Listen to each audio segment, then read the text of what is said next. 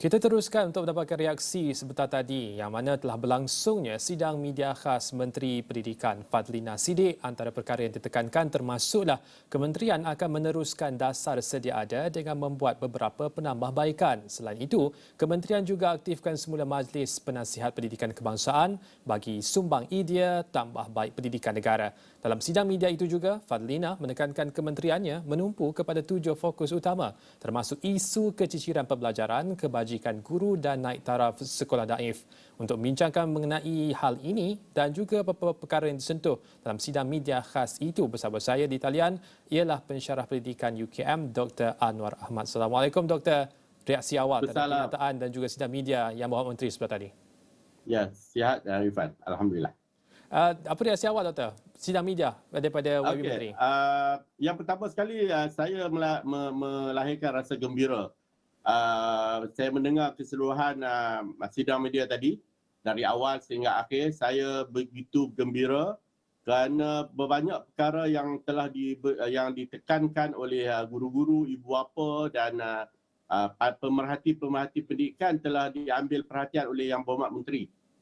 Saya ingat ada 3 perkara penting yang telah dibawa oleh Yang Berhormat Menteri, iaitu kaitan yang pertama sekali berkaitan dengan pembentukan karakter. Pendidikan karakter, mungkin sebelum ini kita jarang mendengar idea ini, tetapi nampaknya Yang Berhormat Menteri memulakan ucapan beliau, ucapan yang ringkas, yang padat itu, dengan menekankan soal adab, akhlak dan juga integriti ataupun character building. Yang pada saya sangat selari dengan apa yang dihasratkan dalam falsafah pendidikan negara. Jadi itu satu permulaan yang cukup baik, Irfan, berkaitan dengan sidang media tadi. Dan antara isu yang dibangkitkan juga berkenaan dengan isu keciciran pelajar yang mana sebelum ini kenyataan media daripada Menteri Pendidikan juga nyatakan bahawa sekolah akan ditangguhkan seminggu. Sejauh manakah ia akan berikan kesan kepada sistem pendidikan negara kita yang ketika ini dilihat sebagai ada generasi yang tercicir, Doktor? Baik, yang pertama sekali kita juga menyambut baik sebab di dalam salah satu 7 teras yang telah diberikan atau akan diberi keutamaan oleh Yang Berhormat Menteri itu, salah satunya ada isu keciciran murid ataupun yang disebut sebagai learning loss ataupun kehilangan waktu pembelajaran sekitar 1.3 tahun akibat pandemik di kalangan murid-murid kita. Dan apabila dimasukkan sebagai salah satu teras, saya rasa sangat gembira kerana kita tahu bahawa di bawah sana ramai murid-murid kita, khususnya murid-murid di tahap 1 sekolah rendah menghadapi masalah membaca, menulis dan mengira kerana perjalanan sistem pendidikan yang agak terganggu kerana pandemik.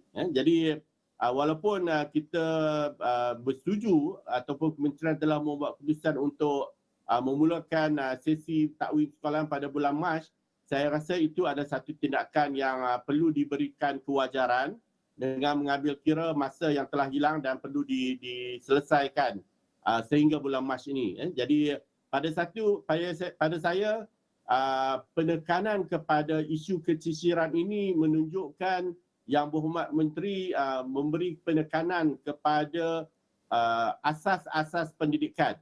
Yang pertama, beliau memberi penekanan kepada pembinaan karakter murid-murid. Yang kedua, beliau memberi penekanan kepada isu-isu penguasaan 3M, perkara asas, yang pada saya sangat-sangat penting dan kritikal untuk diselesaikan. Itu berkenaan murid, Doktor. Berkenaan kebajikan guru juga diberikan penekanan ucapan seperti tadi. Dan Doktor pasti dekat dengan guru-guru. Apakah contoh-contoh isu kebajikan yang menekan ini, Doktor? Ya, saya bekas guru, Irfan. Tapi bila Yang Berhormat Menteri menyebut soal teras yang kelima beliau adalah untuk memastikan kebajikan guru-guru, khususnya melihat semula tekanan atau beban tugas guru dan sebagainya. Saya walaupun bekas guru, saya tumpang gembira dan saya pasti ramai guru-guru bersorak mendengar teras yang kelima tadi kerana mereka ada kumpulan yang selalu mengeluh dan juga memberikan berbagai-bagai saranan supaya berilah peluang pada mereka untuk memberi fokus kepada pengajaran.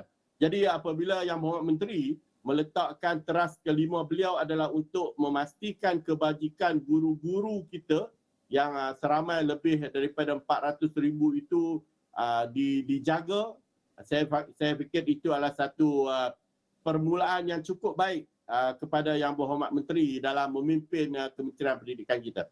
Soal kebajikan itu, adakah maksud kebajikan dari sudut beban tugas ataupun dari sudut saraan, Doktor? Baik, kalau dari segi saraan kita tahu bahawa sistem saraan guru ini adalah sama seperti sistem saraan pegawai-pegawai kerajaan yang lain.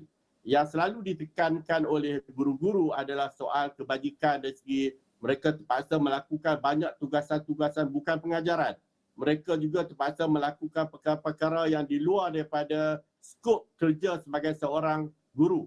Itu yang selalu ditekankan dan apabila kita bercakap soal kebajikan guru, keutamaan kita adalah untuk memastikan guru-guru kita berada di dalam kelas, memberi tumpuan kepada pengajaran dan pembelajaran dan memastikan anak-anak kita tidak hilang masa pembelajaran mereka kerana semua guru memberi fokus kepada proses pengajaran dan pembelajaran. Itu yang dipentingkan dalam soal kita membicarakan soal kebajikan.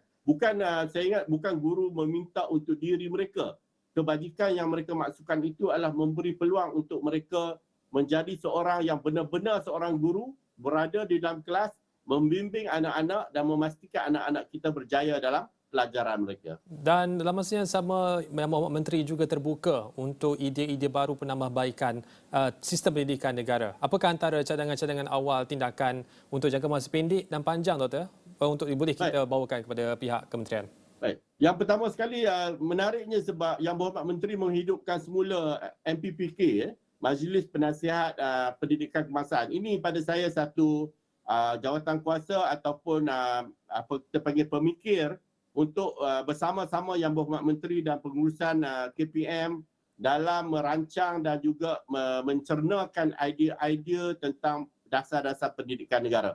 Dan tentu saja dengan adanya ahli-ahli yang pakar dalam bidang masing-masing, berbagai latar belakang dan pengalaman pendidikan, dan apabila mereka dilantik nanti sebagai jawatankuasa MPPK, saya percaya Yang Berhormat Menteri akan mendapat pelbagai pandangan, pelbagai pengalaman dan pelbagai idea baru daripada ahli-ahli MPPK. Itu yang pertama. Jadi saya secara peribadi mengucapkan tahniah kepada Yang Berhormat Menteri dan juga pasukan KPM kerana sudi dan bersedia untuk menghidupkan kembali MPPK yang pada saya sangat-sangat kritikal untuk membina memperkasakan sistem pendidikan negara.